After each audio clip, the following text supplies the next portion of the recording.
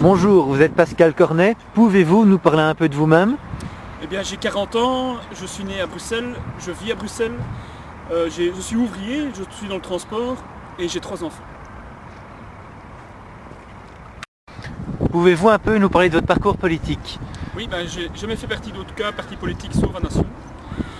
Donc je me suis toujours dit, le jour où je trouverai un parti politique qui a plus ou moins les mêmes idées que moi et qui bouge réellement, qui est sain, qui est honnête, je m'engagerai. Nation rencontre toutes les conditions, donc je me suis normalement engagé à Nation.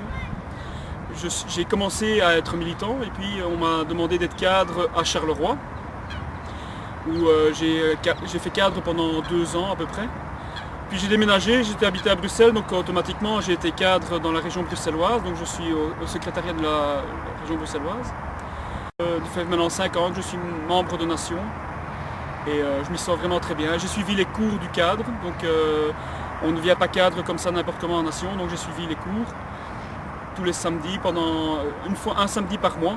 Et voilà, donc je suis vraiment un élève de la classe politique du mouvement Nation. Et voilà. Et je pense, vous avez oublié de nous dire que vous étiez président de Renaissance Sociale. Est-ce que vous pouvez nous en dire un peu plus? Oui, donc oui, effectivement. Donc j'ai été président de Renaissance Sociale. Renaissance Sociale est née suite à une conversation qu'on a eue avec Odile Bonivard, qui est présidente de SDF, qui distribue de la soupe identitaire dans la région parisienne. Et c'est aussi une réaction à la mort de 2 SDF qui sont morts dans la gare du Midi à Bruxelles en 2005. Renaissance Sociale est une association qui a distribué à Bruxelles et à Charleroi de la soupe identitaire. C'est une expérience fantastique, merveilleuse. Tous les militants qui ont suivi cette association, qui se sont avec moi engagés dans cette entreprise, on garde un souvenir impérissable. D'ailleurs, ils me redemandent encore régulièrement de pouvoir participer à des nouvelles soupes. Mais bon, actuellement, nous n'avons plus de contact avec des SDF, de nouveaux SDF ou de nouveaux projets de soupe. Donc, pour le moment, l'association n'est pas finie, mais elle est en stand-by. Et par après, nous avons aidé des familles nombreuses, belges, dans les Marolles. Nous avions plusieurs familles avec beaucoup d'enfants, où nous avons pendant 1 an essayé de les aider à gauche, à droite, en leur donnant des vêtements, en leur donnant des meubles, en faisant avec leurs enfants des brocantes. Et c'est les enfants qui s'occupaient des brocantes, nous fournissions juste le matériel, ce qui permettait par exemple de financer leur scolarité. Donc c'était vraiment dans un but d'éducation aussi un petit peu des enfants, en leur expliquant que pour travailler, il faut se lever tôt, il faut organiser le travail, il faut être honnête, il faut savoir un peu ce que coûte une chaise ou un verre. Donc c'est un travail énorme d'éducation aussi, mais aussi ça a permis à beaucoup de choses de pouvoir se faire et de pouvoir dépenser. Donc voilà, c'est une expérience merveilleuse. Et toujours dans le cadre de Renaissance Sociale, quelle est la raison pour laquelle vous avez arrêté la soupe? Nous avons arrêté la soupe parce qu'elle n'avait plus aucun sens. C'est-à-dire qu'à Charleroi, cette soupe a été terriblement critiquée, par exemple, par la gauche et par le Parti Socialiste, parce que nous n'étions pas étiquetés de gauche. Donc elle devait être critiquable, alors que nous faisions absolument rien d'illégal.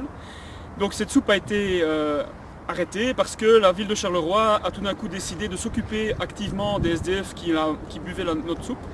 Et c'est-à-dire que par exemple, nous avions un groupe d'SDF et ces SDF ont été pris en charge, on les a retirés du trottoir.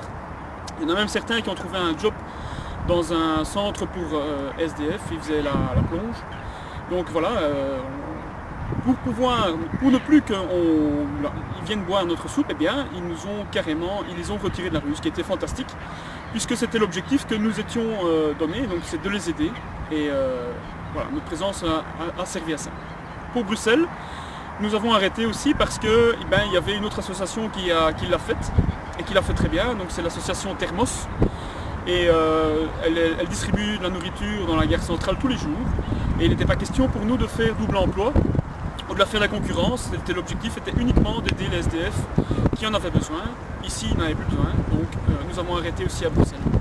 Maintenant, si la Renaissance sociale existe toujours, si maintenant des gens connaissent des SDF quelque part qui n'ont rien, eh bien il n'y a aucun problème, ils peuvent nous contacter, le matériel est toujours en place, les gens sont toujours disponibles pour pouvoir travailler, et aucun problème que Renaissance sociale ne redémarre, mais pour l'instant c'est vrai que Renaissance sociale est un peu en stand-by, mais ça peut redémarrer très vite.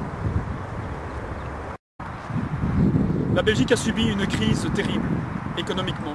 Et nous en parlons le 28 février dans le château du Coloma, à l'occasion de la fête de l'identité. Je vous convie tous et toutes à venir nous rejoindre le 28 février dans le château du Coloma à Sint-Pietersleu. Les informations sont déjà sur le site. Pour en discuter avec nos cadres, il y aura des tables rondes avec des experts et des orateurs reconnus dans notre milieu. Je convie tout le monde à venir nous rejoindre et à en discuter avec nous au Coloma, avec nos orateurs, avec moi-même. Il y aura des stands de différents mouvements nationalistes belges et européens qui seront présents. C'est la grande fête de l'identité, c'est une fois par an. Voilà, vous êtes tous les bienvenus.